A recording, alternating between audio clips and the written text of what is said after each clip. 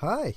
Within this lecture, we're going to see how to use a beef hooking JavaScript code in our cross-site scripting attacks so that the all users landing on our web page is hooked to our beef control panel so that we can run any command that we want on their browser.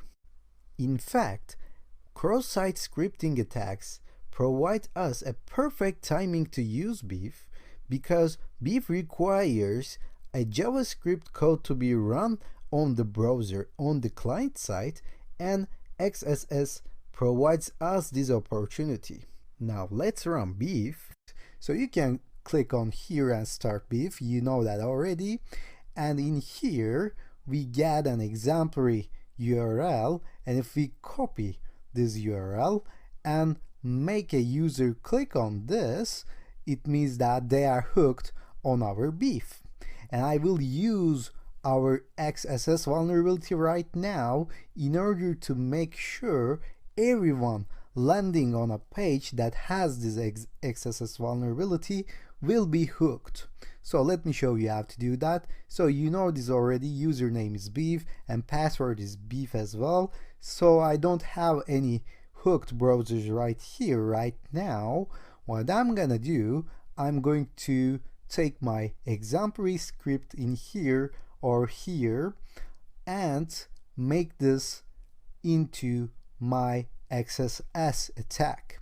So let me copy this and let me go back to my DVWA here. So we had our signbook here. Let me paste it in here. And as you can see, we came across a problem. So here we cannot paste all the code. So it means that there is a limit on how many characters we can write in that box.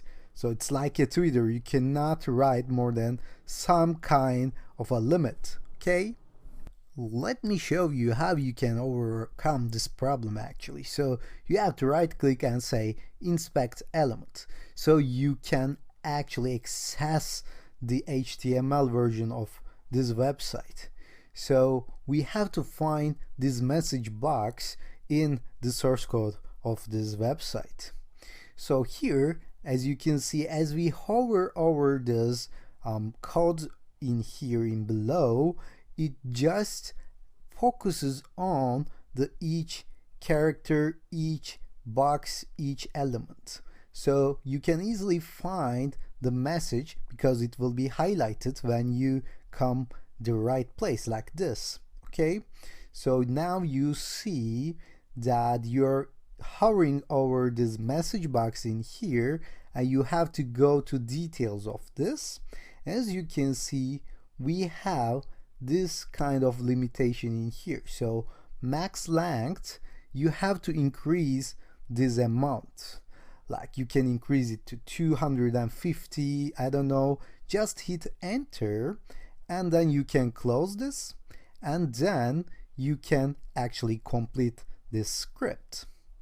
So now we are done here and you have to adjust it to your local IP, of course, and then we are ready to carry out the attack. So as you remember, you have to give a name like James, it doesn't matter, and you just sign the guest book. We see I hack you message from our previous attacks. So it's working. So let me go back and let me just refresh this beef in here. And as we can see, we now see our own machine hooked to the beef. So this is working and this is injecting the hook beef script to every possible computer that has landed on that page. And this is the exciting part. Let's try this on different computers. So let's open our virtual machine, Windows virtual machine. So this is entirely another computer as you know.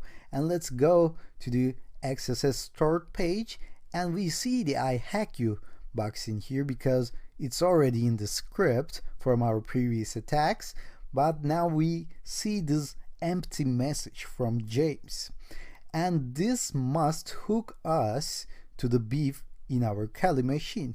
And as you can see, if you go here, you see a Windows machine hooked here. In order to test this, let's go to the commands and let's do a simple one. Let's search for alert box here, not petty thefts. Let me delete this and write alert here.